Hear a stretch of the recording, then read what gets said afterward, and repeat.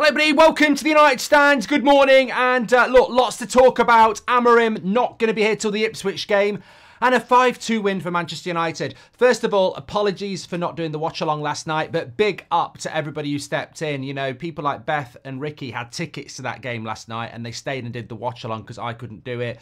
Last-minute thing.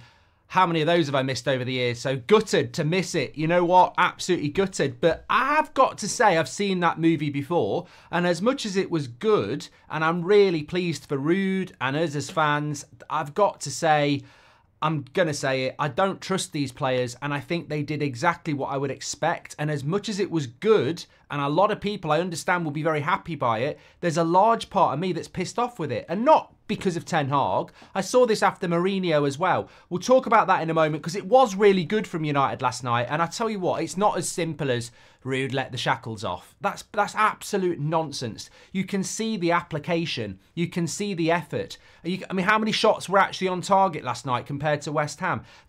We're not playing AI football yet. It's not robotic. Footballers go on that pitch and they're responsible for themselves. You can speak to any ex-player about it. You can speak to anybody who plays five-a-side. You know, whether you've got a coach or not, when you go on that pitch, the responsibility is yours. The concentration is yours. The effort level is yours. Why is it for the last few weeks we've seen not that, and then we go and see it a few days later? Because this is what the modern player does. The manager gets sacked and suddenly the click goes, right, I'm going to start playing well now so that everybody thinks it's the manager. And of course, some people out there will think it's the manager because they're naive. The manager's been sacked. He's gone. I understand that. And he needed to go. But the upturn from the players is just, you know, there's part of me that's just a little bit sad about it because I'm like, we can't trust these players. What are they going to do now? Play well for a few weeks like they did for Ollie and then they'll drop off again. That's the task for Amorim, of course. But before I talk about the Leicester game, I just want to talk about the latest with Amorim. So where we're at the moment is that I'm live at 10 o'clock, but I wanted to just do a bit of a match reaction. But where we are at the moment is that he is expected to be announced officially today, but will continue managing Sporting until the 10th of November, which basically means he won't manage a Man United game until the Ipswich game. I'm a little bit baffled by this. I've got to be honest. I'm massively confused. We know that Ineos like to walk to a good decision instead of running to a bad one, and they've done it with Ashworth, and they've done it with Ten Hag, and they've done it with Agate, and they've done it with everything. So as quick as they've ran, I'm very impressed. But now at the most pivotal point, I personally think they're making a mistake. How big a mistake? It won't matter if we beat Chelsea, and I'm sure we'll beat PAOK and Leicester in the league anyway. I hope we do. But there's 6 Premier League points there that I think are absolutely nailed on if Amorim's in today. If Amorim comes in today, I think we win on Sunday, and I think we beat Leicester, and we take 6 points, and we get back into a bit of a, you know, chance of getting top 6. But watching Man United yesterday, there's still a vulnerability. I mean, Leicester played their reserves and we conceded 2 goals. We're going to play a decent Chelsea side. I'm not convinced that, we beat Leicester 5-2. Just analysing that game, I'm not convinced because we beat Leicester 5-2 that we're just suddenly going to go on a great run. And I think there's a very important thing I'd like to say about Ruud in a moment. But back to Amorim.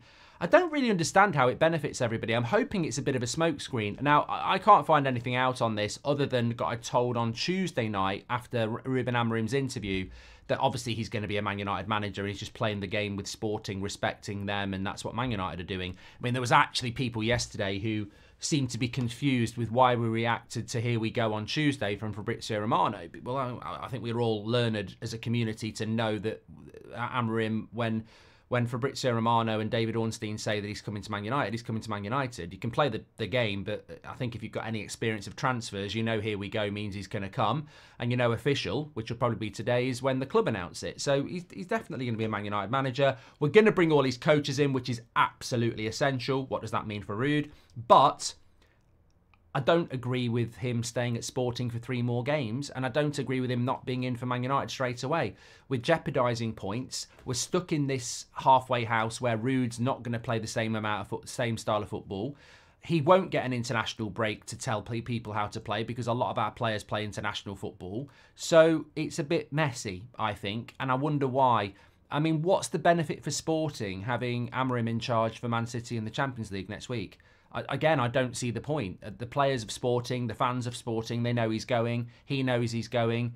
It just seems a bit weird. And maybe it's so weird it's going to happen, but what's your comments on it? I don't get why Now he's going to come to Man United. Sporting would want to keep him for another 2 weeks. And why Man United wouldn't want him for the next 2 weeks. The sooner he's in, the sooner the bounce will happen that's got credibility.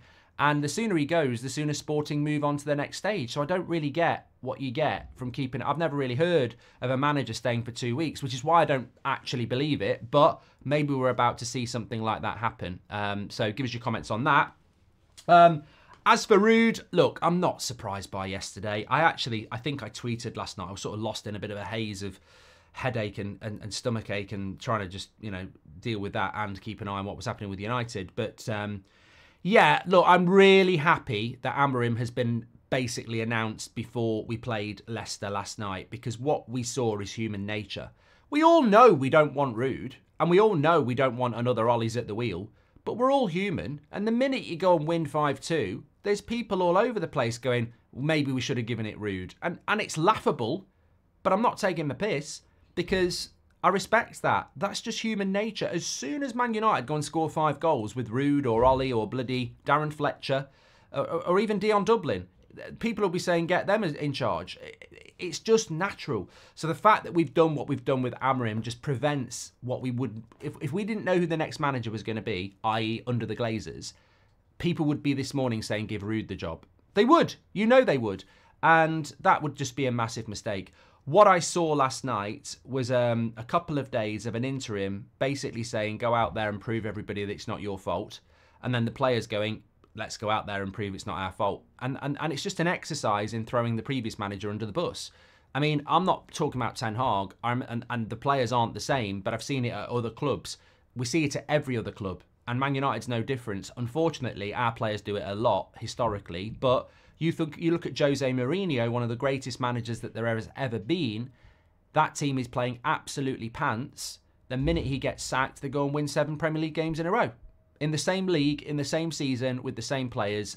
A couple of days later, it starts. So this is what happens. And that's why I'm glad that Ruud's not going to get the job, because it's fake. It's not real. What we saw last night is not real. There is nothing about that is real in relation to where we're going. Ruud will not be the manager. So whatever he said, whatever his coaching style, whatever his tactics, that's not going to last. He even said it himself. He wants to stay on in some capacity. I don't really see how that works, because we shouldn't. If Amorim doesn't have a role for somebody that he's never worked with before, we shouldn't keep him. And I hope that Man United don't inflict that on a new manager, because we've done that before. As I say, people like Darren Fletcher have been inflicted, Carrick, etc. Not got anything against Fletcher and Carrick, but a new manager shouldn't be given parameters. They should be told to go and do the job. But look, I was pleased for Ruud last night. He's a legend of the club and he clearly enjoyed it. But yeah, I mean, I'm just very glad that we've got Amorim lined up, because you could see people just starting to think, oh, the fantasy. And it is a fantasy to have an ex-player taking you to success. And I wouldn't be surprised if somebody says it in the media today, whether it be a journalist or an ex-player. But thankfully, Man United are working on something a little bit bigger. I just want that to get running now. One of my big takeaways from last night was Ugarte. He's new. He's never been part of this down tools and start playing again. And I think that is something that will be a legacy for Ten Hag as to why he never used him. I think we always liked the idea of Casemiro and Ugarte, and I think we saw last night that there's something there. What I will say is playing like that against Leicester, where the pressure's off, is going to be very different to playing like that against Chelsea. Looking at the formation we played last night, I think it will get torn apart by Chelsea in the midfield, but that's for the future. At the moment, there's a buzz, and I want Manchester United to encapsulate that buzz. And I want Amorim in for the Chelsea game. I don't think it's going to happen, but I do. I really, really do. Anyway, I'm back live at 10. Get your comments in below. My overarching feelings are I'm very pleased with what's happening with Amorim, and hopefully he can get in sooner than the Ipswich game, because I just don't see why we're treading water.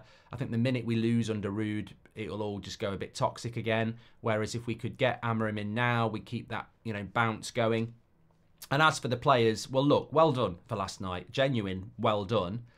But sorry if I and maybe others just feel a little bit untrustworthy, because I just can't believe you can start hitting the net with that frequency and yet you couldn't hit the ocean from a boat for the last few weeks. It's modern, it's football. A manager gets sacked and the players start trying. And what we need, it's not that deep. But what we need is, because we've been seeing it for years, is we need these players to try every bloody week, not just because they fancy it. And that's been the problem for years. Get your comments in, smash a like on the video, and we're back live at 10 o'clock.